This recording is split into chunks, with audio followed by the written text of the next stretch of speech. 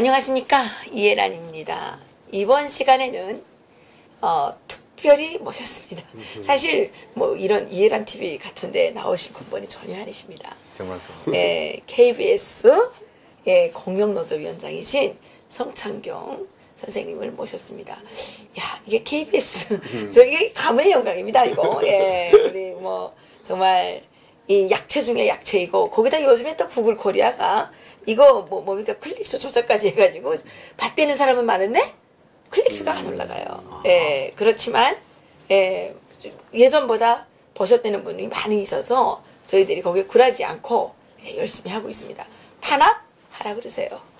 그렇다고 저는 이제 믿고 있는 게 이거 하나입니다. 우리나라에서 잡아가도 고문은 못 하잖아요. 예. 때리진 못하잖아요. 맞습니다. 예. 그리고 총살도 못 하잖아요. 예. 예. 그리고 밥은 또 잘 준다대요. 예. 그러니까 뭐 제가 뭐 매일 뭐 회 먹는 사람도 아니고 고기 먹는 사람도 아니니까 가서 밥만 주면 되거든요. 밥에다 김치만 먹으면 돼요. 그러니까 야, 잡아가려면 잡아가. 그래요. 그러니까 많은 분들이 걱정을 하셔요. 뭐 오늘 아침에도 어떤 분이 야, 너 망명해야 되는 거 아니냐, 빨리 미국 가라 이러시더라고요. 그래서 아들이 군대 가 있는데 어떻게 가냐고. 우리 아들이 카투사에 있어가지고 대단하십니다. 매주 국민일마다 나와요. 국민일마다 저녁만 되면 나와요.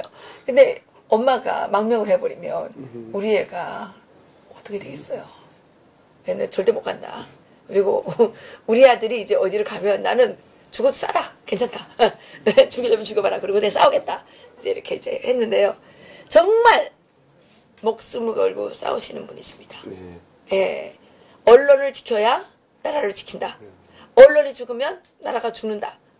이 일념으로 싸우고 계시는 성창경 KBS 공영노조위원장님을 모셨습니다. 어서 오십시오. 예, 반갑습니다. 고맙습니다. 아이, 너무 이게 뭐야, 이게 누추한. 아니, 별 말씀을요. 예. 제가 영광입니다. 아, 예, 고맙습니다. 고맙습니다. 이게 역전에 하나님께서 이런 걸 보여주시는 것 같아요. 우리가 옛날에 KBS 분들을 어디다 감히 이런 데 보십니까? 전혀 그렇지 않고요. 국장님 출신이신데, 예. KBS 국장님 출신이에요. 예, 국장 출신 맞습니다. 제가 잘 알아요. 근데 이제 정말 KBS의 남은 마지막 소금, 마지막 빛 한 줄기라고 저는 생각하고 정말 존경하는 분입니다. 아유, 이 박사님 말씀이 너무 제가 감당하기 힘든 말하자면 휴식어가 많아요. 그러니까 마지막도 아니고 아까 말씀하신 것처럼 어떻게 망명하지 않고 있냐고 하시는 그분들이 나와야 돼요. 아니, 우리나라가 어려우면 왜 망명할 생각하십니까? 이스라엘이 어떻게 지킨 나라입니까? 어려울 때, 전쟁 날 때 외국에 유학 가 있던 사람들이 그 나라는 들어왔고요. 아랍은 외국에 유학 가 있던 사람들이 본국에서 전쟁이 났다 하니까 여행을 떠나버린 사람들입니다. 그래서 그 나라는 그야말로 6.1 전쟁에서 그 숱한 나라들을 하고 붙어서 이겼고요. 지금도 그 주변에 많은 아랍 국가들 가운데 살아있는 나라가 됐고, 아랍 국가들 다 연합해서 이스라엘과 싸웠지만 결국은 졌지 않습니까? 예. 마찬가지로 지금 체제 전쟁, 이념 전쟁입니다. 저는 이 전쟁이 이미 시작되었고요. 여기서 헌법만 바꾸고 체제만 바꾸고 국회에서 땅땅땅 해버리면 사회주의 국가, 공산주의 국가 되는 시간 문제예요. 그럼요. 예. 이미 내부에서 보면 아니, 김정은과 우리 대통령이 국민 몰래, 언론 몰래 그렇게 만나고 난 뒤에 마치 사회주의 국가, 공산국가에서 발표하듯이 있고 난 그 다음 날 있었습니다. 라고 발표하는 거. 북한식입니다. 예. 아니, 이런 나라가 어디 있습니까?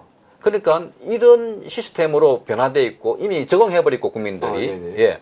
더욱더 심각한 것은 김정은이가 불과 몇 달 전까지만 해도 핵과 대한민국과 전 세계를 위협했지 않습니까? 네네. 그리고 고모부를 처형하고 뭐 이복형을 독살하고 뭐 이랬는데 지금 김정은에 대한 이미지가 얼마나 좋아졌습니까? 신드롬입니다. 네? 그러니까 김정은이가 마치 천사가 되는 것처럼 우리에게 뭔가 좋은 걸 선물하는 사람처럼, 그리고 북한 체제가 아주 뛰어난 것처럼, 그래서 북한 체제를 지켜야 된다는 게 지금 허두지 않습니까? 생각해 보십시오. 이 박사님도 출신이지만 우리는 북한 사람들 싫어하지 않습니다. 맞습니다. 북한과 통일되는 것을 반대하지 않습니다. 다만 김씨 왕조, 김일성부터 시작해서 김정일, 김정은까지 내려온 세계적인 최악의 인권 탄압 국가, 그 국민들을 굶겨주고 있던 나라, 우리 국민들에게 미사일과 대포를 쏴서 천안함 폭침, 연평도 포격해서 얼마나 많은 사람들이 죽었습니까? 그렇죠. 그 사람들과 그 조건 없이 손 껴안고 마치 그 사람이 우리에게 아주 오랜 친구처럼, 얼마 전에 대통령이 그 김정은 만나니까 오랜 친구처럼, 길동무처럼 그런다 그러지 않습니까? 아니 지금 이명박 박근혜 대통령한테는 그렇게 고약하게 하시는 분이 예, 김정은 그 악당에게는 그렇게 친절할 수가 없습니다. 이게 대한민국의 대통령이라는 사실이 너무나도 기가 막히고, 이런 자에게 세금을 꼬박꼬박 빼앗겨야 되는 이 국민으로서의 슬픔이 지금 정말 예, 분노가 정말 치오르죠. 분노가 예. 예, 치밀어 오릅니다. 그런데 예, 거기에 박수 치는 인간들이 있어서 정말 하나둘 이거 살아야 된다는 사실에 분노합니다. 제가 좀 너무 놀란 게 위원장님께서 이런 시스템이 적용이 되어간다, 적용이 되어간다 이런 말씀하니까 저 너무 막 가슴이 아픈 거예요. 지금 사실은 성명서를 매일 주셔가지고 제 기사에도 쓸 거는데, 지금 좀 전에 우리 방송 들어오기 전에 진실과 미래위원회 설치안이 통과가 되었다고 얘기를 하십니다. 그 진실과 미래위원회가 뭡니까? 사람들은 저는 모르거든요. 그러니까 지금 언론이 장악되다 보니까 네. 아무리 알리는데도 한계가 있고 그렇죠. 한데, 핵심적으로 명칭은 좋아요. 진실 미래가 들어가니까. 예, 걔네들 항상 명칭이 좋죠. 이제 언론 노조가 요구를 해서 네. 사측에서 오늘 이사회에 제출을 했는데, 그게 뭐냐면 과거 보수 정권 10년 동안에 보도했던 내용, 프로그램 내용, 또는 뭐 인사 내용, 징계 내용, 또 부당 노동 행위 등등 해서 다 조사를 하겠다는 겁니다. 그 새로운 기구를 만든다는 거죠. 그래서 거기서 조사 내용 가운데 왜 이런 보도를 했냐, 천안함 보도를 왜 이런 걸 했냐, 이를테면 사대강 보도를 왜 뭐 친정부적으로 했냐 해서 문제가 되면 그걸 그 사람들이 징계를 한다는 건데, 문제는 이거를 문제를 제기를 하고 판정하는 사람들이 거의 대부분 언론 노조 출신들입니다. 거의 대부분이 아니고 거의 다죠, 사실은. 그러니까 우리가 바라볼 때는 이게 보복위원회입니다. 그러니까 과거 보수 정권 10년 동안 KBS에서 일어났던 일들에 대해서 보수 정권 하에서 일했던 사람들에 대해서 코에 걸면 코걸이, 귀에 걸면 귀걸이입니다. 이를테면 그 사람이 보도한 내용에 대해서 이게 방송의 공정성이 해치된다, 이게 왜 이렇게 불공정한 보도를 했냐라고 물으면 공정성이라는 개념 자체가 굉장히 주상적이지 않습니까? 그렇죠. 그걸 어떻게 뭐 저걸로 다를 수가 있나요? 보기에 따라 다름인데 그걸 가지고 처벌하겠다는 겁니다. 근데 빨간 안경을 쓴 사람이 뭐 그렇죠. 하면 빨간색으로 보이는 거고. 만약에 그런 위원회에다가 그렇죠. 뭐 외부에 균형 있는 사람들 들어와서 그렇죠. 한다고 해도 이미 문제가 돼요. 왜냐하면 KBS 안에는 감사라는 특별한 기구가 있어가지고 네. 거기서 잘못된 거는 조사도 하고 또 심의실이 있어서 심의실에서 지적을 하고, 그래서 거의 응당한 절차에 따라서 처벌받을 거는 처벌받는데, 이 사람들은 자기들 눈에 이건 잘못됐다 해서 처벌받겠다는 겁니다. 그러니까 이 법률 자체가 우리가 알기로는 공공감사에 관한 법률이 이래가지고 감사가 있는데도 불구하고 감사와 비슷한 기능을 하는 기구를 두거나 역할을 하는 기구를 두게 되면 이 원래는 감사가 독립성이 제외된다 하기 때문에 못하게 되어 있습니다. 그래서 이건 상당히 상충되는 것 예, 같아요. 예. 그래서 그게 불법적이라고 해서 문제 제기를 했고, 그런데 그럼에도 불구하고 이런 굉장히 많은 그 안팎의 이론이 안 좋으니까 맨 처음에는 이 사람들이 조사 범위가 거기다가 개인 사생활도 많이 들어가 있어요. 뭐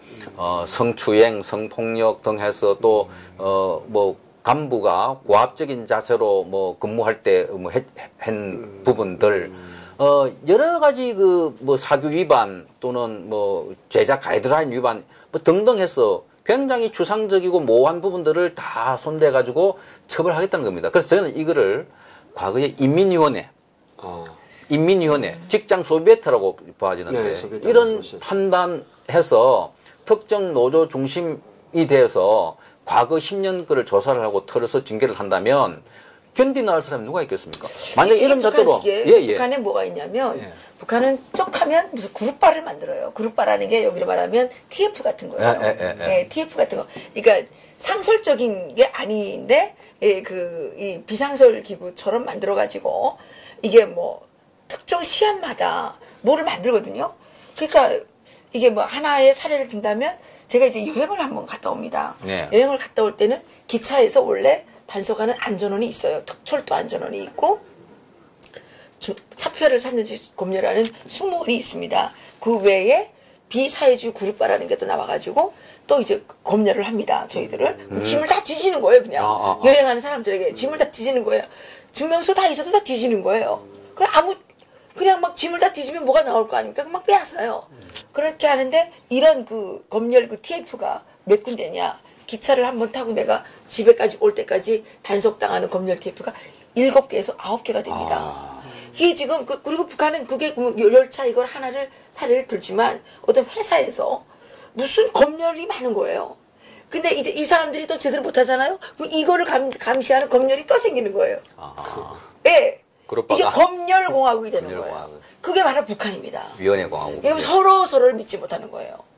근데 지금 우리나라가 그렇게 돼가는 거를 지금 계속 보고 있어서 야 이거 북한하고 똑같아 이렇게 얘기 계속 하거든요. 그 이제 MBC가 예. 그 MBC 정상화위원회를 둬서 이미 그런 식으로 해서 9명을 해고시켰습니다. 예. 이 문재인 대통령 들어서고 난 이후에 최성호 사장이 바뀌고 난 이후에 예. 그리고 수십 명에게 대해서 이제 뭐 정직 또는 감봉 이렇게 했는데 그게 이제 뭐 과거에 보도했던 내용 가운데 이게 부당하다, 뭐 잘못됐다, 뭐 그런 걸 이제 해서 그렇다 그러는데 문제는 지금 언론 노조가 주축이 된 KBS의 보도 내용을 보면 문재인 정권은 그 찬양을 하고 이거는 뭐 북한보다 더 찬양하던데요. 비판하지 않아요. 그러니까요. 언론이 보십시오. 네. 박근혜 전 대통령이 2016년 때 현직 대통령이었어요. 네, 네. 네. 현직 대통령이 때 10월 24일 날 JTBC 태블릿 PC 나온 이후에 네. 예. 일제히 방송에서 박근혜 전 대통령을 마치 저 저작거리에 있는 아주 몹쓸 사람처럼 그렇죠. 현직 대통령을 네, 네. 그러니까 나중에 세월호 7시간을 보도할 때 온갖 그 의혹을 갖다 댔지 않습니까? 뭐 수술을 했네, 7시간 미래를 즐겼네, 그러고 차마 입에 담지 못할. 담지 못하죠. 무슨 수술을 받았네, 뭐 예. 무슨 마약 주사를 받았네 하면서 비아그라를 먹었네. 예. 그리고 저기 있잖아요. 세월호 7시간 동안 인신광양을 했네, 구슬을 했네. 네, 90까지 나왔었습니다. 아, 그러니까 다 그게 엉터리고 예, 잘못된 걸 예. 보도했지 않습니까? 그런데 왜 현직 문재인 대통령에 대해서는 잘못한 걸 그렇게 우리가 보도해라 해도 보도하지 않을 뿐더러 이 사람들은 과거 박근혜 대통령을 탄핵할 때는 왜 그렇게 하십니까? 우리가 막 문제제기를 했거든요. 네, 그러니까 네.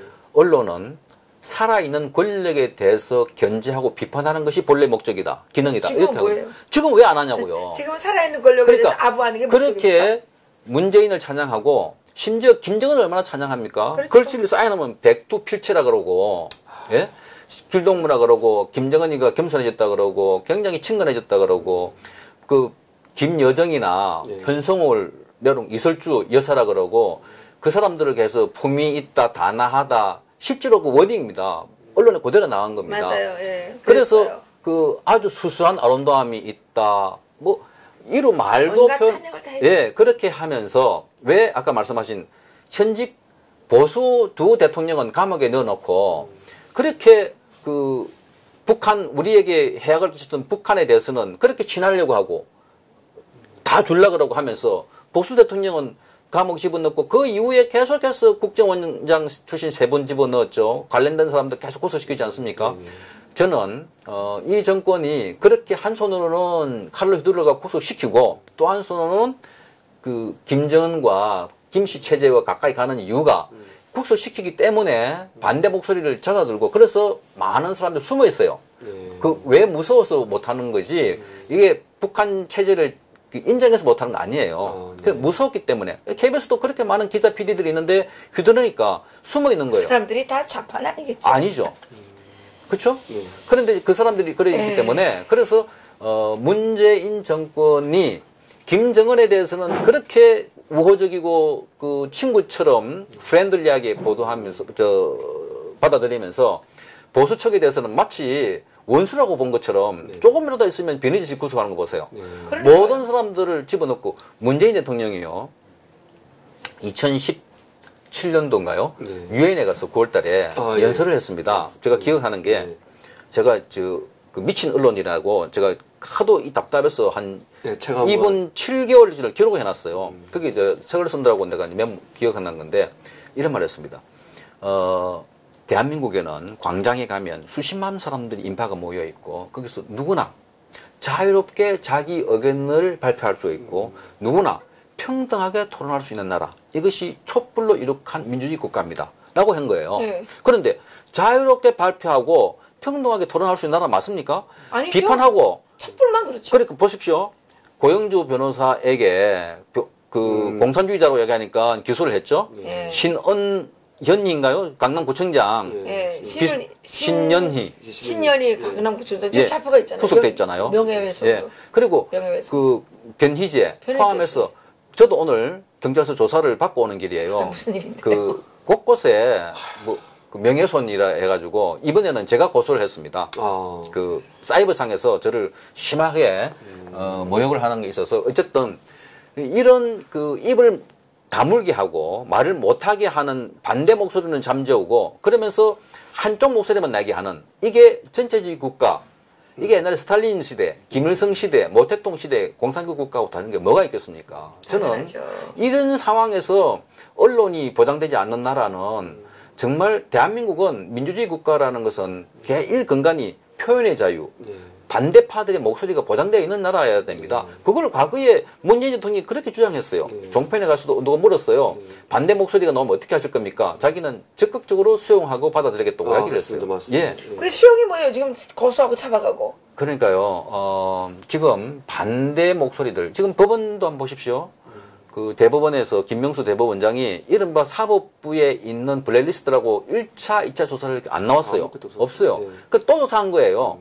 그래가고선 이걸 그 언론에 흘린 걸 뭐냐면 재판 거래가 했다. 그 의혹이다. 그러니까 어떤 판사에 대한 뭐 성향, 뭐 어느 조직이든 간에 그 중요한 역할을 하는 사람들에 대해서는 그 행정 담당 부서가 이분은 어떤 성향이고 이는 어떤 일을 하신 분이고 쓸 수가 있어요. 네, 맞습니다. 예. 그걸 가지고 본인에게 불이익을 줬다면 그게 이제 블랙리스트가 되는데 불이익 준 게 없어요.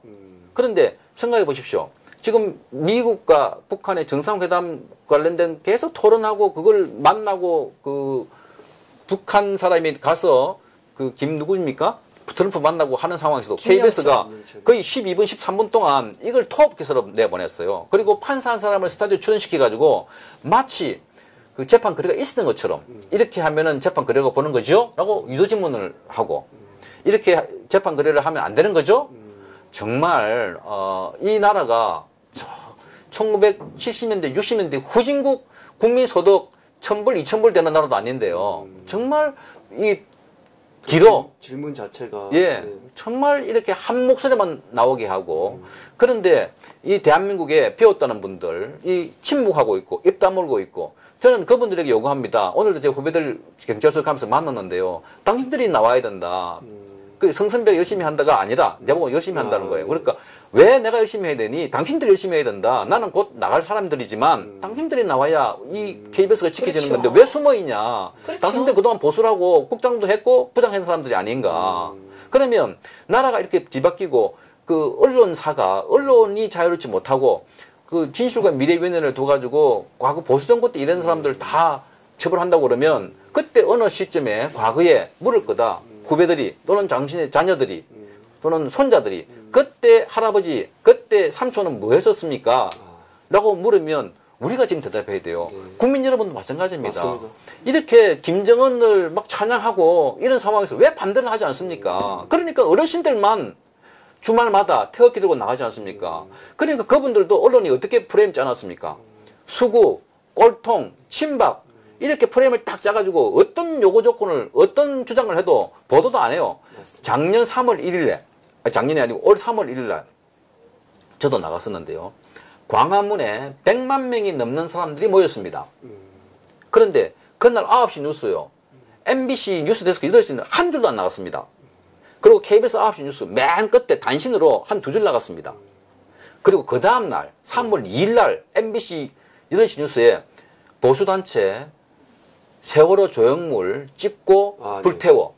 이걸 보도한 겁니다. 그러니까 생각해 보십시오. 언론이 보도하지 않으면 3월 1일 날 광화문에서 100만 명 모인 거 거짓말입니다. 만약에 MBC 뉴스 데스크만 봤다면 그날 3월 1일에 보수단체들은 아무도 안 모였어요. 그러니까 보도하지 않으면 언론이 아닙니다. 네, 보도해야 할 것을 안 하고 하지 말아야 할 걸 보도하는 이게 이런 상황이 됐는데 왜 침묵하고 가만히 계시냐고요. 저는 정말 이해하기 힘듭니다. 제가 열심히 싸운다는 게 아니라요. 정말 국민이라면 대한민국의 국민이라면 정말 말씀하셔야 됩니다. 그리고 no 아닙니다 하고 이야기해야 됩니다. 그런데 이걸 계속 박근혜 대 정의로운 프레임 걸어가지고 지금 말하자면은 이 좌파 쪽에 있는 사람들이 우리는 정의롭고 우리는 진보로 부르는데 진보가 우리 정의야 하고 반대파들을 전부 다 보수, 수구, 꼴통, 부패라는 프레임 걸어가지고 뭘 하면은 전부 다 나쁜 걸로 규정해버리지 않습니까? 제가 좀 말씀 길었는데 하나 더 말씀드리면 언론학에 그 침묵에 나선 이론이 있습니다. 그게 뭐냐면 여론이 형성될 때 나선 있죠. 볼트너 끼울 때 이거 동그라미 홈이 있지 않습니까? 이 한 방향으로만 여론이 형성된다는 겁니다. 이렇게 여론이 형성 과정에. 그래서 대개의 경우 주로 언론에 주로 여론이 나왔을 때 어젠다가 설정이 되면 그 어젠다에 의제가 설정이 될 때 거기에 내가 동의하지 않는다 이러면 보통 사람은 침묵을 한답니다.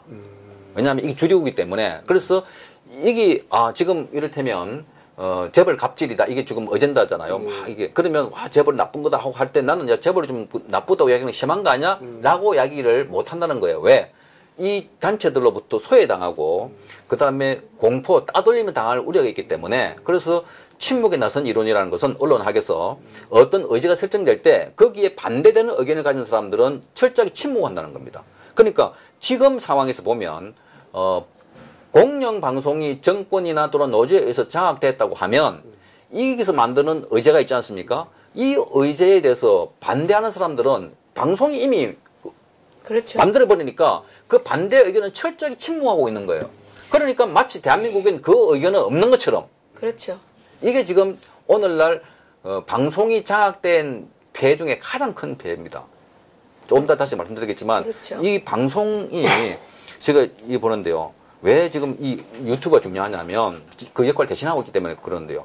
지금 그 언론에서 좌파, 우파 군이 나누지 않습니까? 그러면 저는 이 좌파가 20% 채 안 된다고 봐요, 핵심은. 맞아요. 20% 안 돼요. 안 되죠. 그리고 우파도 20, 30%가 뭐 정도 되면 가운데 있는 사람이 30, 40%가 돼요. 40, 50%. 그런데 이 사람들은 뭐 오른쪽에 있는 사람들은 조중동이라는 매체를 본다면 여기는 한겨레 경향을 봐요.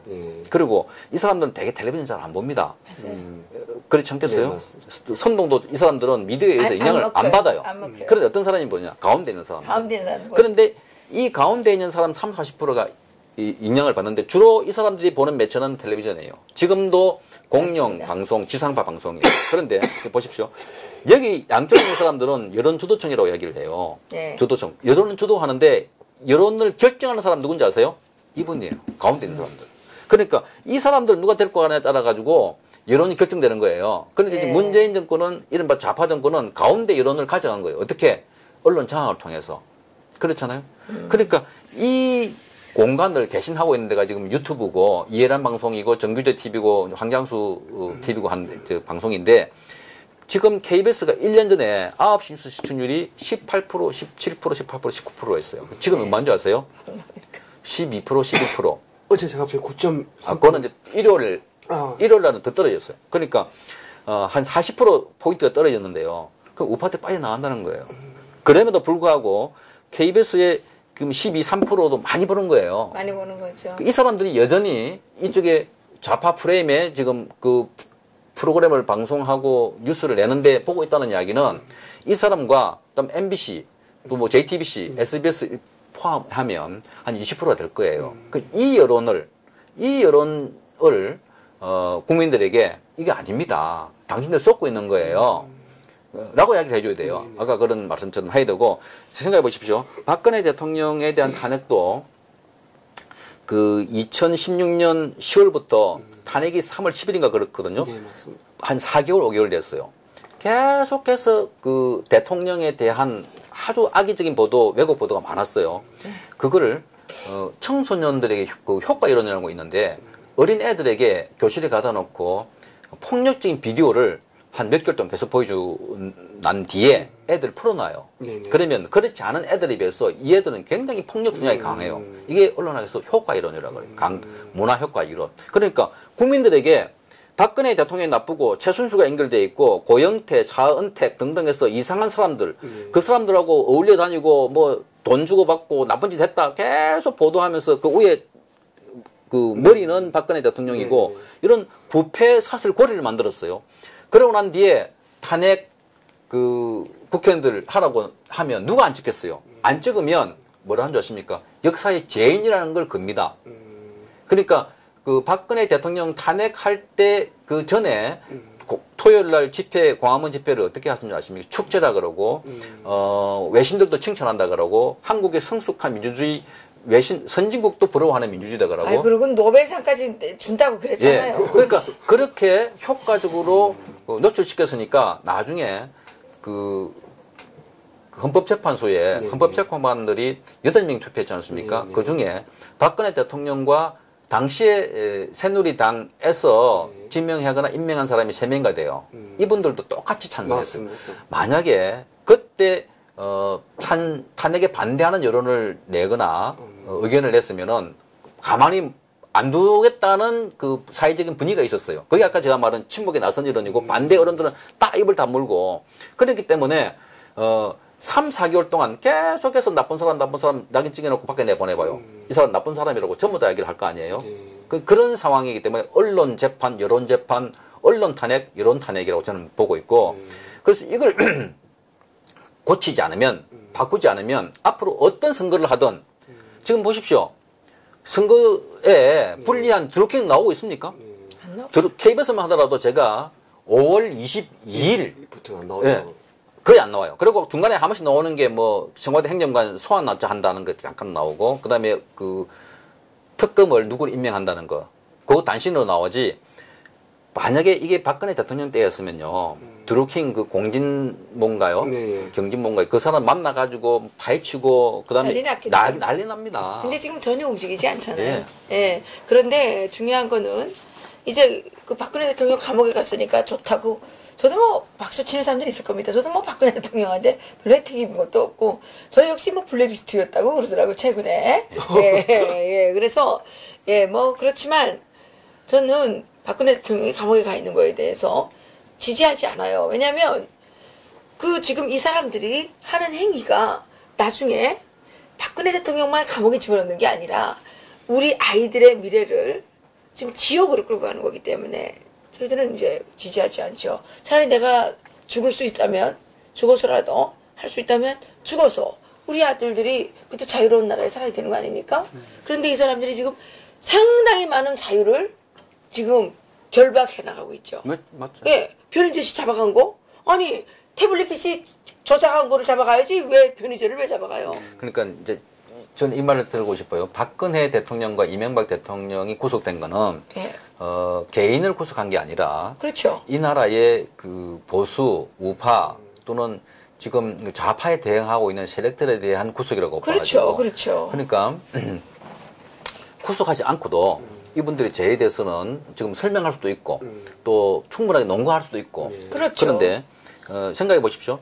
그 광우병 사태가 터졌을 때 MBC에서 그 광우병 인간 광우병이라고 해서 그 뭐 이름이 누구더라 무슨 에리사 뭘 하여튼 그분이 외국인 죽었고 그리고 쓰러져 있는 소가 광우병 때문에 쓰러졌다 했는데 나중에 조사를 해봤더니 아니란 거예요. 아니죠. 그게 그러니까 무슨 그 젖소라서 허위 보도란 거를 이제 법원에서 최종 판결을 하고요. 그럼에도 불구하고 이걸 보도한 사람들에 대한 처벌하지 않았어요.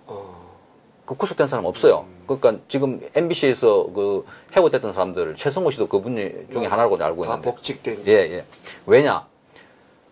언론인을 구속하면 자유민주주의 체제에서 가장 중요한 가치인 표현의 자유를 구속하기 때문에 설령 그 내용이 틀리다 손치더라도 민주주의 체제의 근간인 표현의 자유를 구속하거나 훼손될 가능성이 있기 때문에 언론인들을 처벌할 수 없다라는 게 요지였어요.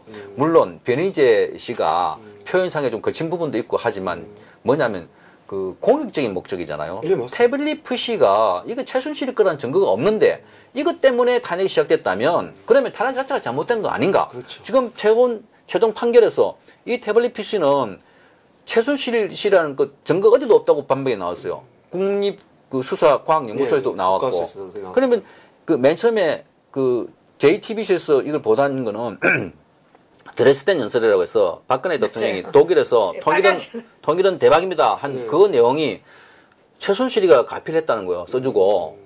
그런데 알고 봤더니 이 태블릿 PC는 누가 써주고 할 기능이 없다는 거예요. 없죠. 없어요, 없어요. 그리고 최순실이가 보냈다는 증거가 어디도 없다는 거예요. 그런데 그 당시의 특검은 또는 JTBC는 최순실이라는 움직일 수 없는 증거다.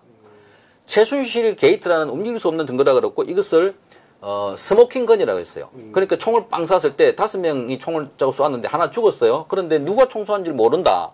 그런데 통보해 보니까 연기가 있더라. 그러니까 이놈이 범인이다. 하는 게 태블릿 PC 때문에 박근혜하고 최순실 관계 있다는 거를 증거로 잡았던 거예요. 그래서 이건 움직일 수 없는 증거라고 했는데 나중에 재판 결과 보니까 아니라는 거지 않았습니까? 이런 판결이 있는 나라, 이걸 단정적으로 보도한 나라는 처벌하지 않고 그걸 문제가 있다고 지적한 사람을 구속한다는 거는 이 나라가 언론의 자유가 있는 나라입니까? 없죠. 언론의 자유도 그날 없고 제가- 법과 상식도 다 사라지는 그러니까 왜 이런 체제에서 국민 여러분들 가만히 계시냐고요. 저는 선동하는 게 아니라 그렇죠. 아닌 거는 아니라고 말씀해 말씀하셨죠. 주십시오. 예, 맞아요. 그렇죠. 그리고 아닌 거에 대한 상황에서 어떻게 여론조사 결과가 그렇게 많이 나옵니까? 발이 안 되는 거지. 그날 제가 그 베이지의 대표 구속 예. 그 영장 실질심들 때 우리가 취재도 가고 촬영도 갔었는데 되게 그 대부분 사람들이 그런 거예요. 그러니까 오신 분들이 물론 미디어워치 독자도 있고 일반 시민들도 많았었어요. 일반 시민도 우리 인터뷰하고 그러는데 분노하는 게 그겁니다. 변희재 씨가 먼저 고발했단 말이에요. 태블릿 PC 건에서 빨리 그걸 수사해줬으면 변희재 씨가 저렇게 가격하게 얘기를 안 했을 거란 말이에요. 표현을 안 해주니까. 그렇죠. 그 입장에서 답답하니까 가격한 표현 나올 수밖에 없는 거예요. 그렇지 않습니까? 사람이란 게. 그러니까 그런 걸 가격한 표현을 했다 해서 명예훼손죄를 잡아간다면 아니 그러면 뭐야 원래 먼저 고발한 거는 왜 그런 조사를 안 그러니까 하고? 손석희 씨와 예. JTBC 측에는 왜 조사를 안 하냐고요. 그렇죠. 그러니까요. 예. 그 법이 아닌 거죠. 그러니까 그 무슨 기회는 균등하고 과정은 공정하고 결과는 정의롭다라고 말하는 그건 다 게 완전 뻥이죠. 그 문재인 대통령이지 않습니까? 뻥이죠, 뻥. 얼마나 수사적이고 얼마나 그 말에 의한 말잔치에 의한 좌파들이 그래서 좌파들이 만들어낸 용어들 블랙리스트, 적폐 뭐 이런 거 가지고 단죄를 하지 않습니까? 네이밍 이름 짓기 잘하는 거 있지 않습니까? 그러니까 우파들이 그러니까 우리가 저는 북한과도 아까 말씀드렸지만 같이 잘 살고 싶고요. 잘 지내고 싶고 한데 그러나 이거는 우리가 우리 체제를 지키면서 우리의 정통성을 지키면서 같이 살자고요. 그런데 아니 한 동네에 네. 같은 양민이 살아야 네. 평화롭죠. 그렇죠. 여기 이제 도둑이 있고 깡패가 있는데 이거하고 아무리 평화할래도 어떻게 평화가 돼요? 이네들이 계속 도둑질하고 그렇죠. 계속 깡패질하는데 아니 그걸 생각해야지. 예. 아니 북한에 김정은이가 저 깡패고 도둑놈인데 아니 우리 때문에 평화가 안 되는 게 아니라 예. 그 자들 때문에 그렇죠. 평화가 안 예, 되는 거 예, 아닙니까? 맞아요. 그 김정은이를 없애버려야지 평화가 되는 거지. 북한 사람들은 노예란 말입니다. 지금 한 동네에 옆집에 그 이 폭군 남편이 계속 마누라를 패고 가끔은 짜증나면 자기 옆집 사람도 패요. 그러면 어떻게 해야 됩니까? 이 폭군 남편을 제거해줘야 되는 거 아닙니까? 맞습니다. 그 여자를 해방시켜줘야죠. 네. 그거는 안 하고 무슨 왕청같이 폭군이랑 평화하자. 평화가 되네 말입니다. 그리고 언론들은 그 폭군을 지금 굉장히 순한 사람이에요. 신사예요. 아주 달라졌어요. 그러니까 이게 지금 이 맞는 마누라만 나쁘다는 거 예, 아니에요? 예. 야, 네가 뭐 폭군한테 잘못해가지고 맞았다 이거 아닙니까? 그러니까 이런 문제 제기를 하는 우리가 거구입니까? 우리가 문재인 대통령이 싫어서 그 억지 주장하는 겁니까? 아닙니다. 상식입니다 이게. 맞아요. 그렇지 않습니까? 위원장님 제가 구글하면요 예. KBS하고 MBC 폭파시켰을 거예요. 네? 거기다가 불멍치를 던졌을 거예요. 제가 구글하면 제가 다행히 구글가 못되기 때문에 그냥 이게 그냥 저 그렇죠. 입으로만 하는 거지. 폭력이라는 게 들어가야 되니까 맞습니다. 아 그렇잖아요. 제가 구글하면 그 탈북자들 12명 온 거 돌려보내야 되겠다고 그럴 때 거기다가 도시락 폭탄이라도 던져야 되는 거 아닙니까? 참, 저도 그 탈북자 12명을 돌려보낸다는 이야기가 나온 그 민변 변호사님들. 네. 정말 배웠다는 분이 왜 그러십니까? 이제 이게 우리 사회 딜레마입니다. 저도, 뭐, 배웠다는 사람들 같이 일하고 있지 않습니까? 기자, PD들인데. 근데 왜 그래요? 왜 그래요, 진짜? 난 그거 정말 이해가 안 갑니다. 아니, 그거 다 박사, 속사 막 이러지 않습니까? 그러니까 제가 방송 들기 전에 KBS라면 그거 정말 똑똑한 분이 가지신 말하자면 스카이대 다 넣은 거고 박사하고 있는데 저는 그런 생각 듭니다. 갑자기 내가 이 사회에 적응을 못하는 걸까? 그러니까 많은 사람들이 자기를 돌아보고 아까 침묵의 나선 이론처럼 자기 스스로를 비하하고 자기를 덮으려고 그러고 그렇기 때문에 이게 더욱더 고착화 돼가고 있는 거다. 이래서 저는 우리 이 박사님 통해서 이제 방송 나온 것도 알리고 제발 좀 말씀해 주십시오. 우리 사회가 건강한 사회가 되려면 아닌 건 아닙니다. 그리고 김정은이 우리는 북한 사람을 통일하기 원해요. 그렇지만 김정은 체제는 안 됩니다. 그러니까 가장 좋은 방법이 있어요. 그 네임 체인지만 되지 않습니까? 네임 체인지. 예? 네임 그 체인지. 김정은만 바꾸면 그래서 그렇죠. 그 민주 사회만 되면 나라가 되면 그때 우리가 핵도 폐기하고 같이 비슷한 가치를 공유하는 사람들이 왔다 갔다 하고 그 경제 발전하고 한다는 건데 우리가 그 분단주의자입니까? 아니죠. 아니지 않습니까? 우리가 왜 그러니까 분단주의자입니까? 그 대한민국의 많은 사람들을 피를 흘리게 했던 한국 전쟁의 주범 김일성의 후예들 그리고 갖가지 많은 도발을 해서 지금도 그 피해자들이 살아있는 상처가 있는 목함 지뢰 가지고 얼마 전에 또 사진을 보니까 그분들 또 발목 잘린 상태로 나오시더라고요. 그분들이 있는 이 사회 같으면 어쨌든 그분들 이 체제는 안 된다. 이거는 우리를 언제든지 또 그 양의 탈을 쓴 늑대처럼 금방 탈을 뻗기면 또다시 공격하지 않겠습니까? 그 사람들이 아닌 그래서 우리가 만나고 통일하자는 건데 우리가 김정은이 노하면 통일을 안 되는 세력, 수구 세력이란 그거 아닙니다. 그러니까 우리는 김정은이는 국제사회를 겨냥해서 핵무기를 만들어가지고 미국도 위협하고 일본도 위협하고 주변 나라를 위협하고 특히나 대한민국에는 불바다를 만들겠다는 그 체제들 아닙니까? 맞습니다. 그런데 그 체제를 무조건 껴안고 잘한다 좋다 하는 거에 대해서 국민 여러분들이 아셔야 되고 그리고 이 집권 세력들이 정말 이용해 먹고 있다. 저는 그렇게 생각합니다. 이용해 먹고 있다. 아니 근데 근본적으로는 북한에서 그렇게 충성스러운 국민을 300만이나 굶겨 죽였잖아요. 맞습니다. 아니 그런 거를 어떻게 믿어요? 그거를 어떻게 지지해요? 아니 난 그게 정말 이해가 안 가요. 아니 왜 이렇게 배운 사람들이 이렇게 무식하게 행동하냐 말이에요. 그래서 이걸 추진하는 세력이 대한민국을 위협하고 대한민국의 정체성을 허물어뜨리는 그래서 결국은 고려연방제 같은 느슨한 형태의 북한 동화적인 북한에 흡수되려고 하는 그런 체제의 사람들이 아닌가 하고 의심하게 되기 때문에 이 체제에 대해서 우리는 굉장히 반대를 하는 겁니다. 만약에 이 체제로 북한과 대화를 계속하려고 하기를 원하고 북한에게 우리를 흡수한다면 당장에 멈춰야 되고 국민들에게 여쭤봐야 됩니다. 그렇지 않습니까? 우리가 투표를 해줄 때는 문재인 대통령에게 대한민국 헌법에 기초한 5년 임기로 대통령으로서 활동해달라고 한 거지 대한민국에 지금 이 경제가 무너지고 있고 곳곳에 문제가 있는데 그걸 보도가 없어요. 지금 최저임금 그 관련된 거 해가지고 뭐 통계 자료를 왜곡했다고 쏘겠다고 사기했다고 하는 말도 있지만 아니 그거야말로 뽕이죠. 예. 제 주변에 있는 사람들이 그러니까. 엄청 많이 협회했어요. 좀 더- 종로 내고리가 다 예, 비어있어요. 그건 맞아요. 저도 직접 보기 때문에 많은 사람들 보는데 그러니까 우리가 뽑아준 대통령은 이 우리 시스템 자유민주주의 체제, 시장경제 시스템을 잘 관리해서 우리 잘 살게 해줄 거라고 믿었던 대통령인데 그건 뒷전이고 빨리 북한 찾아가가지고 핵이 있으니까 이걸 어떻게 해결하는 과정에 우리가 북한에게 동화되는 체제를 만든다면 다시 투표를 하십시오.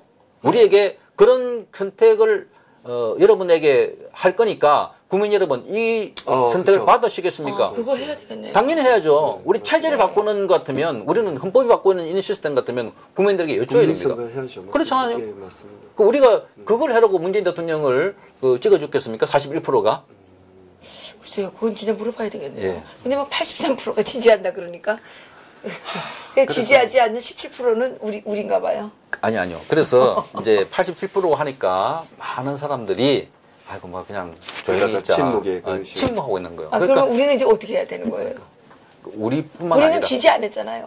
저는 당연히 이런 지지 안 했는데 우리는 그 83%인지 뭔지 아는 이상한 사람들 때문에 우리도 지금 같이 지옥으로 끌려가고 있는 거 아닙니까? 그러니까요. 민주주의라면 네. 반대하는 세력에게도 소수에게도 반드시 기회를 주고 소수가 자기 의견을 발표할 수 있는 게 민주주의입니다. 그렇죠. 그게 민주주의 체제의 우수한 거예요. 네. 전체주의는 그게 안 돼요. 그렇죠. 그러니까 87%가 아니라 99%라도 1%에게 발언할 기회를 주고 1%가 아닙니다 하는 소리를 할 수 있도록 해야 되는 겁니다.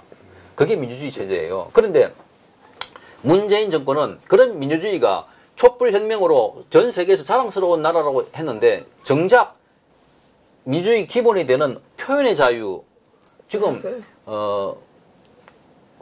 집권 초기에 민주당에서 언론 장악 문건이 나왔지 않습니까? 기억하지 않습니까? 나왔죠. 노조를 통해서 뭐 이사들 나왔죠. 사장을 뒷공문을 조사를 하고 뭐 비위를 알리고 그래가지고 그대로 됐지 않습니까? 그러니까 엄연하게 임기가 보장되어 있는 이사와 사장들을 뒷조사해가지고 내가 보냈지 않습니까? 네. 그러니까 이게 민주적이냐고요. 이게 상식적이냐고. 아니 근데 자유한국당은 뭐 하고 있어요? 한숨 쉬십니다. 그 이해란 박사님, 예. 우리 온 국민들이 지금 사실 이런 이야기들을 자유한국당 국회의원들이 하셔야 되고 당연하죠. 행동으로 해야 됩니다. 왜냐하면 그러니까요. 그럼 정당입니다. 그러니까요. 정당의 목적은 정권을 쟁취하는 것도 있지만 국민의 의견을 수렴해서 그걸 정치 반영하도록 하는 겁니다. 예. 소수가 됐든 다수가 됐든 그 소수니까 이분들 지금 야당이 됐겠죠. 예. 그러면 이런 국민들의 의견을 반영해서 의정 현장에서 반영을 해야 되는데 저는 자유한국당을 보니까요. 이 사람들이 정당에 맞나 싶을 정도로 국민들 의견, 의사, 여론과 자기들이 내세우는 의정의 발언, 행동은 완전히 괴리가 돼 있어요. 그러니까 수렴을 안 하든가 아예 딴 사람이 되든가 그렇다는 거죠. 그러니까 저는 그걸 왜 그랬을까라고 추론을 해보면 이분들은 그야말로 좌파들이 네이밍하고 프레임 짠 대로 부패, 기득권 세력, 그리고 기존에 있던 그거에 대한 안주하려고 하는, 그래서 새로 변신하려고 하지 않는, 그리고 대부분 국회의원들 보세요. 과거에 명망가라고 해서 아주 유명했던 사람들, 뭐, 지금도 국회의원들 후보 뽑으면은 대부분 유명한 사람들, 높은 자리에 있던 사람들. 아니 유명한 게 무슨 상관 있어요? 그러니까요. 그 유명한 게, 자유민주주의 가치하고 등식이 됩니까? 아니죠. 높은 자리가 우파 가치하고 또는 자유시장 경제하고 등식이 됩니까? 안 되죠. 그런데 이 사람들 내세우는 후보나 앉는 사람들 보면 대부분 다 과거에 시도지사, 검찰에서 높은 사람, 경찰에서 높은 사람. 뭐 얼굴 이쁘고. 예. 그러니까 탤런트를 뽑는 거예요. 그러니까요. 그러니까 그 자유한국당에 있는 국회의원들은 역할이 뭔지 아세요? 탤런트입니다. 기자회견 때 우아하게 나와가지고 막 이렇게 멋부리는 사람들이고 오히려 지금은 싸움의 시대. 그렇잖아요. 아까 제가 기중했지 않습니까? 이념 전쟁이라고, 체제 전쟁이라고요. 근데 싸울 시대는 용사가 필요합니다. 그렇죠. 용사. 그러니까 전쟁에 병사가 필요하죠. 예. 그런데 지금 뒷점 지고 앉아가지고 못 부리고 있는 사람들이 저 사람들이에요. 그래서 저는 뭐 자유한국당에 들으면 어떻게 비칠지 모르지만 앞으로 국민들이 우파들이 싸워야 할 대상은요 절대로 문재인 정권이거나 그 더불어민주당이 아니에요. 그분들은 우파들이 뭔 소리 하더라도 귀 안 들어옵니다. 안 듣죠? 맞죠, 안 맞습니다. 들어요. 예. 예. 그러니까 우리가 뭘 하더라도 쟤네들 원래 그러는 거야라고 하지 않겠어요. 네. 그런데 대부분 우파 국민들이 투표를 해준 표를 던져준 그 사람들에게 우리가 요구를 해야 되고 그 사람들을 바꾸려 해야 되고 그 사람들을 변화시켜야 됩니다. 싸워야 맞아요. 됩니다. 맞아요. 그 사람들이 싸우지 않으면 무대에서 내려와야 됩니다. 그럼요. 그렇잖아요. 끌어내려야 돼요. 미국에서 싸우기 싫은 사람을 올려놔가지고 왜 우리가 준 세금으로 우리가 준 월급으로 그 사람들 그렇게 낭비를 하고 있습니까? 그렇게 우리가 지금 주권자인데 주권자가 아니란 말이에요. 제가 지금 말씀하시는 거 듣고 놀란 게 뭐냐면 그때 간담회 갔을 때 성 위원장님께서 그때 간담회 발표를 하시는데 그 국회의원들이 이제 간담회 전에 사진을 찍자고 막 그러니까 화를 내시더라고. 지금 이거 시기가 어떤 시기인데 이렇게 사진을 찍냐고 토론하시기도 바쁘신데 그 말씀 듣고 제가 아직까지 이렇게 정신을 못 차린 국회의원들이 있구나 라는 생각 진짜 많이 했었습니다. 아니 그러니까 이제 세미나 한데요. 자유한국당 네. 국회 한 20명 왔어요. 내가 네. 깜짝 놀랐어요. 네, 세미나 많이 왔네요. 많이 왔다 네, 엄청 많이 싶어서. 왔어요. 그런데 이제 기조 발언하고 나니까 사진 찍고 나가려 그러는 거예요. 그럼 왜 한 거예요? 그러니까 잠깐만 아직도 사진 찍습니까 하고 그랬어요. 그러니까 여기 행사 참석한 티를 내려고 정말 그런 그때도 쓰레기들만 모여있으니까 그러니까요. 나라가 이렇게 됐죠. 그것도 죄송합니다. 언론 장악에 관한된 이야기를 하던 자리인데요. 네. 그러니까 기념사진 찍고 가려는 거예요. 그리고 자기 유권자들이나 어디 올려가지고 내가 그런 세미나 참석했다. 또는 그 국회의원들이 하는 세미나에 얼굴 내비으니까 그 뭐라 그러나요? 뭐 이게 그 하버 같은 데 그런 게 네, 뭐 내기도 하고 그다음 다음에 내가 행사할 때도 니들도 와라 하고 그런 거 있잖아요. 포마시처럼 그런 행사를 하지 마십시오. 그러니까 지금 이렇게 된 겁니다고 했더니 그 사람들이 꼼짝 안 하고 가만히 끝까지 기다리셨어요.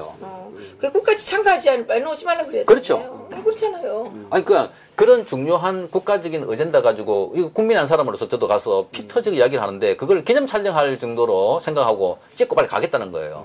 그러니까 근데 김국종 교수님이 이국종 교수님이 한 말씀 하셨잖아요. 자기네가 얼마나 이거 하느라고 준비를 했는데 하나도 안 오냐. 막 그 화를 막 내셨잖아요. 국회의원들이 안 와가지고. 저도요 이국정 교수님 할 때 생각나는데 참 언론들이 이국정 교수님은 분명히 조명을 받아야 되고 주목받을 분 맞아요. 정말 훌륭하신 분이에요. 훌륭하시더라고요. 죽은 사람 살리는 명인이니까요. 그렇죠. 그런데 그 당시에 오척동인가요? 거기 그 탈북 네, 탈북 병사 어청성. 예. 그 핵심은요 이국정 교수가 아니에요 사실은. 총을 쐈지 않습니까? 남한으로 40발을 쐈어요. 그때 보도를 보면. 40발을 쐈어요. 예. 많이 쐈네. 40발을 쐈는데 우리 쪽에서는 단 한 발도 안 쐈어요. 그러면 군사 분계선을 놓고 저기서 넘어오는 사람을 해서 조준사격까지 했지 않습니까? 총을 쐈으면 여기서 총을 쏴야 되는데 왜 대응사격을 하지 않냐고요. 그러면 우리는 군인들 왜 가 있냐고요. 그렇죠. 총 한 번 안 쏠 것 같으면. 그렇지. 이게 문제가 되고 이걸 지적해야 되고 그러면 아군이 한국 넘어오면 이 사람은 대한민국 국민이 되는 거예요. 그렇죠. 우리 국민이 죽고 총 맞아 있는데도 헌법상 국민이지 않습니까? 그런데 눈치 보고 있는 거지 않습니까? 그러니까 언론이 뭘 조명을 했냐면 기생충, 그다음에 그 병사의 배에서 나온 옥수수알, 그러니까 기생충이 아직도 많다. 그리고 그 이국정 교수를 띄우고 물론 띄워야 된다 생각이죠. 그러니까 그와 동시에 지금도 정전 상태고 전쟁에서 시스파이어 전쟁이 잠깐 멈춰 있는 상태 아닙니까? 그 사격 중지하고 있는 상태예요 사실은. 그래서 총을 쏘면 여기서 당연히 쏴야 되지. 만약에 미사일을 쐈다면 그죠? 어떻게 가만히 막고 있을 겁니까? 그게 막고 있었던 게 그 연평도고 막고 있었던 게 천안함 아니에요. 그러니까 제2, 제3의 우리 병사들이 얼마나 많이 죽어날 가능성이 있습니까? 그러니까 이 나라 국민들에게 또 이 나라 정권에게 국권의 통수권자 대통령 아닙니까? 우리 국민들을 맡길 수 있겠습니까? 없죠. 지금. 그러니까 그런 상황이 생겼으면 그걸 따져야 되는데 그냥 옥수수를 해하고 있다니까. 언론이 옥수수 일을 하고 있고 뭐 기생충이 얼마나 자랐네. 마치 연애 포로처럼 그렇게 보도. 그 다음에 온 게 그 있잖아요. 현송월이 오고 막 그 뒤에도요. 막 현송월이를요. 그 평창 올림픽 때 따라왔잖아요. 그 많은 그 공연단이. 그러니까 화장실까지 따라간 거예요. 언론사들이. 그 책에 뭐 나와 있어요. 제가 쓴 책에 보면 화장실까지 따라가가지고 그 옷 맨모습에 만족하는 거 그까지 다 촬영했다니까요. 그러니까 무슨 저 사람들이 대한민국 왔을 때는 충분하게 전략적으로 판단하고 뭐 김일성 가면을 쓰고 온다든지 막 그랬잖아요. 뭐 그런데 그거를 그냥 뭐 연예인처럼. 그럼요. 연예인. 예? 그러니까 연예 보도 같아요. 그러니까 정말. 저는 이걸 안타깝게 생각하는데 보십시오. 그 북한에서 미사일을 2016년도인가 17년도인가 발사를 했을 때요. 하와이에 괌을 겨냥했고 하와이에 쏜다 그랬어요. 맞아요. 그때 우리나라 젊은이들이 여행사에 전화해가지고요.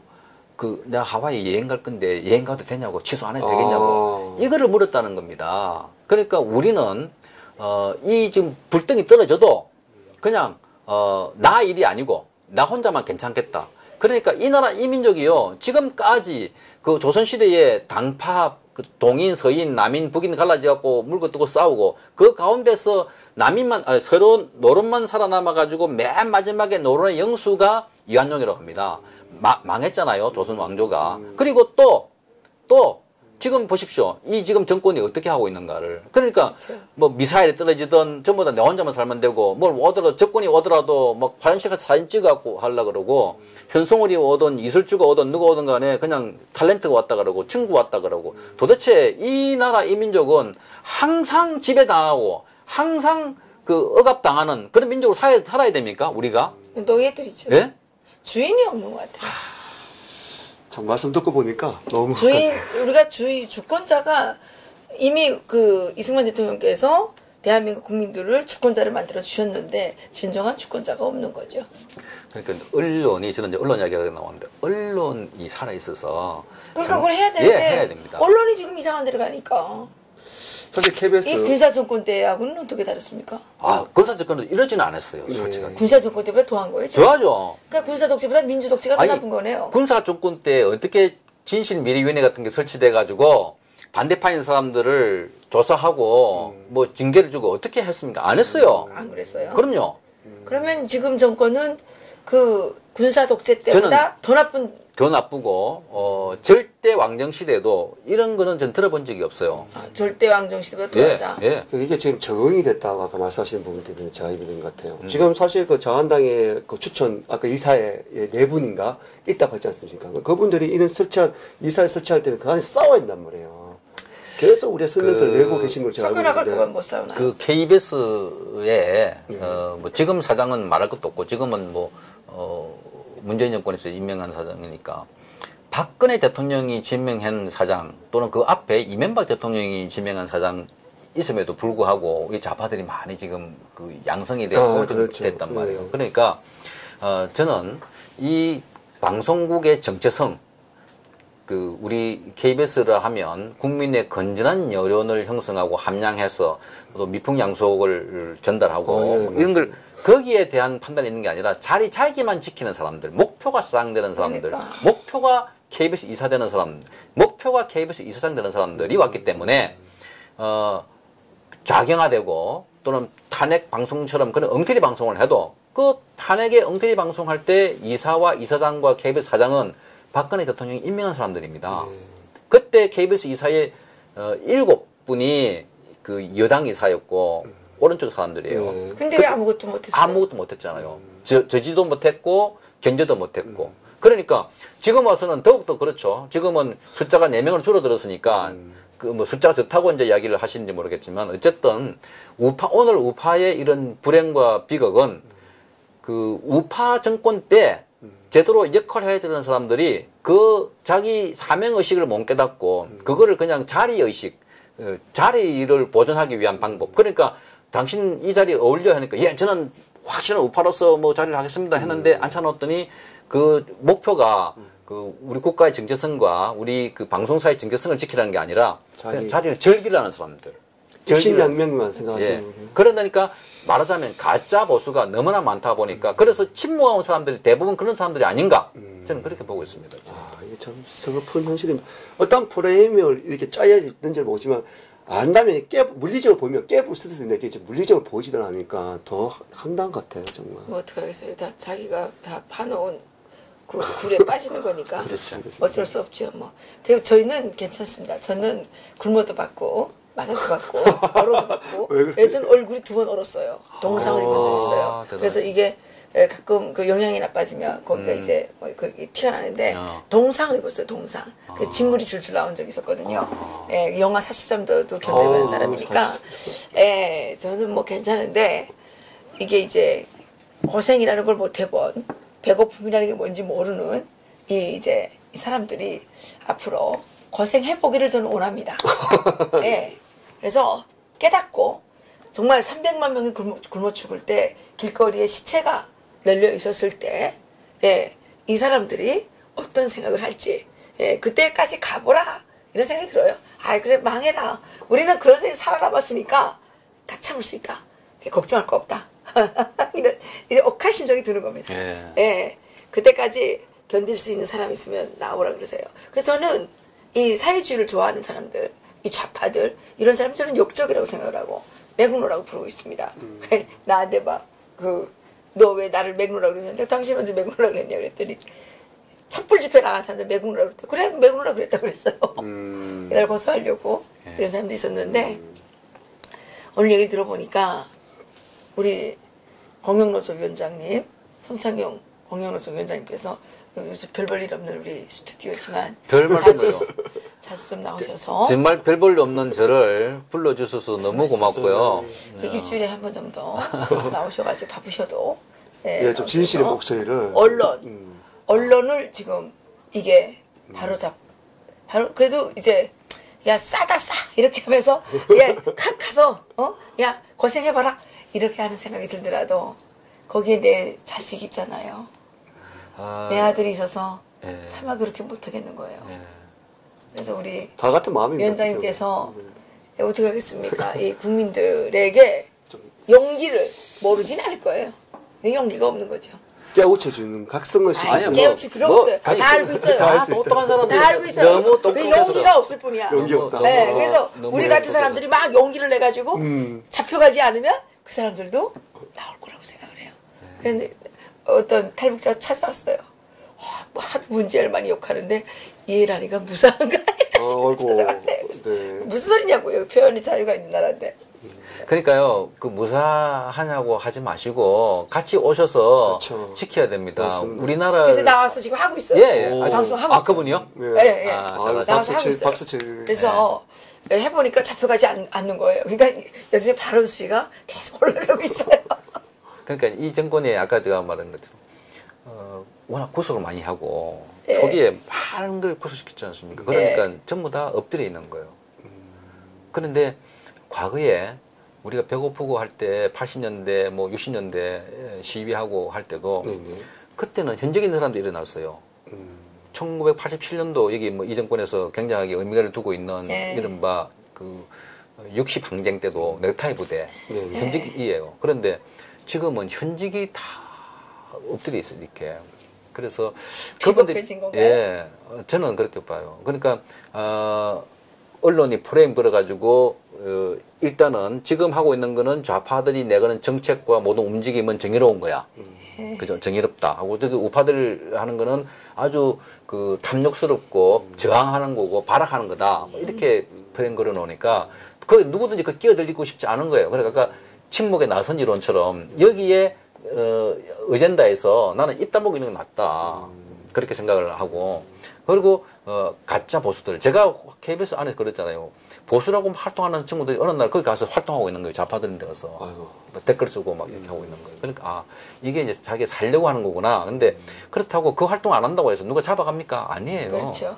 그런데 그런 걸 보고 그래서 오히려 배운 자들이 더 비겁하고 그럼요. 알아서 줄 서고. 예, 알아서 줄 서고 거기 오늘도 그 여기 우리가 많이 하지 않습니까? 히틀러 체제에서 옆에서 유대인들 잡아가고 누구 잡아갈 때 입 다물었더니 나중에 나를 잡아가더라. 그렇죠. 그렇죠. 그러니까 부당한 걸 대우를 받거나 그런 시스템이 작동되는 사회에서는 아니라고 말을 해야 되고 정의롭지 못한 거에 대해서는 손을 들고 아닙니다라고 얘기를 해야 되는데 그 안 할 때는 결국은 피해자가 누구냐 자기가 되거든요. 그러니까. 북한이 그렇게 돼서 지금 노예가 된 거예요. 그렇죠. 예. 예. 그러니까 심지어 우리가 추방당할 때 우리는 잘못한 것도 없어요 사실은. 그런데 조상잘못 많아가지고 추방당할 때 우리가 추방당하니까 친척들이 우리가 자기 집에 오는 걸 싫어하더라고요. 우리는 추방이 부당하게 추방당했지만 평양에서 지방으로 추방당했어요. 예. 이제 뭐 방송 예, 마치셔야죠. 그렇죠. 그럴 정도로 이제 그렇게 됐는데 이 언론이 이 사회를 지켜주는 마지막 보루라고 생각이 됩니다. 우리 손창경 광역노조 위원장님께서 좀 자주 나오셔서 이렇게 또 바른 목소리 정말 시대의 소금과 빛이 되어서 이 나라를 지켜주시기를 바랍니다. 고맙습니다. 예, 고맙습니다. 감사합니다. 감사합니다.